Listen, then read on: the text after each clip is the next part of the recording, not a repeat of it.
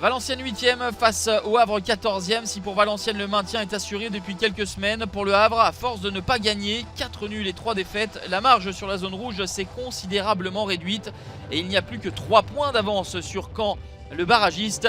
Les Havrais restent sur 2 revers consécutifs, 4-2 au stade Océane face à Chambly, relégable, puis toujours à domicile en match en retard, une défaite 1-0 contre Toulouse.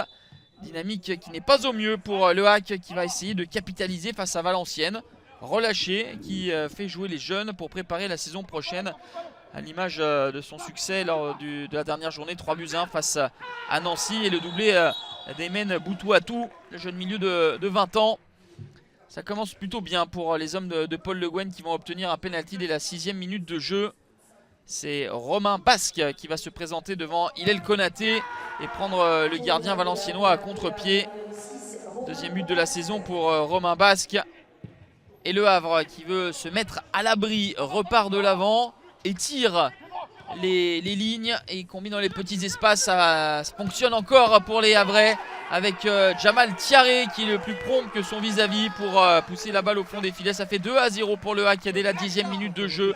Jamal Thiaré, le Sénégalais, en profite pour marquer son 6e but de la saison.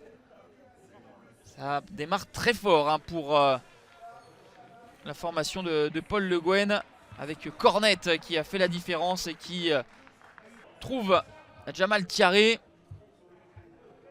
Les joueurs d'Olivier Guégan qui peinent à réagir. Il faudra attendre la demi-heure de jeu pour voir un beau mouvement. Et cette frappe limpide d'Aymen Boutouatou. Le 3e but en 2 matchs pour Aymen Boutouatou. Lui qui sort un doublé face à la SNL. C'était ses 2 premiers buts en Ligue 2 BKT le week-end dernier. Réduction de l'écart donc de Valenciennes, mais très vite Walid Boutaïb va redonner 2 buts d'avance au HAC à la 42e minute.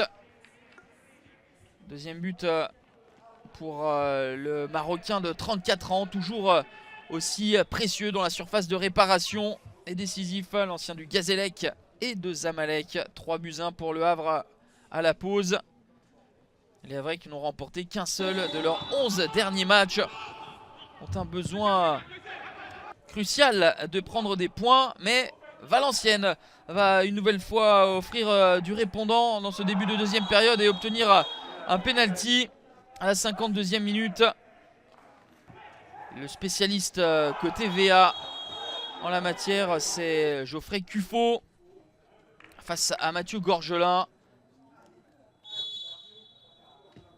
C'est dans le petit filet, c'est imparable. 10e but de la saison pour Geoffrey Cuffot.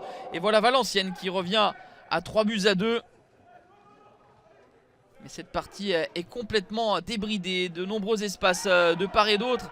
Et voilà les Havrais qui se projettent en nombre aux abords de la surface de réparation d'Hillel Konaté, avec une finition tout en toucher et en lucidité de Romain Basque pour le doubler. Le crochet, pied droit, la frappe enchaînée, pied gauche hors de portée d'Hillel Konaté qui enchaîne une nouvelle titularisation préférée à Jérôme Prieur qui ne restera pas l'année prochaine. On veut préparer l'avenir du côté de VA, mais le pauvre Hillel Konaté va être encore une fois abandonné par sa défense avec Mamadou Fofana, le jeune joueur de 20 ans qui porte le score à 5-2. Premier but en Ligue 2 BKT pour Fofana, bien alerté par Jamal Thiaré. Et le dernier but sera pour Valenciennes avec cette frappe à la 89e d'Issouf Makalou. 5-3.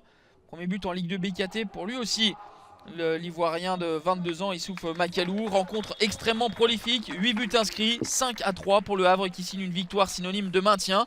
Un succès qui pourra être dédié à Christophe Revaux, ancien gardien du HAC, disparu cette semaine à l'âge de 49 ans. Merci beaucoup. Merci Manu. Maman, désolé, lever l'option.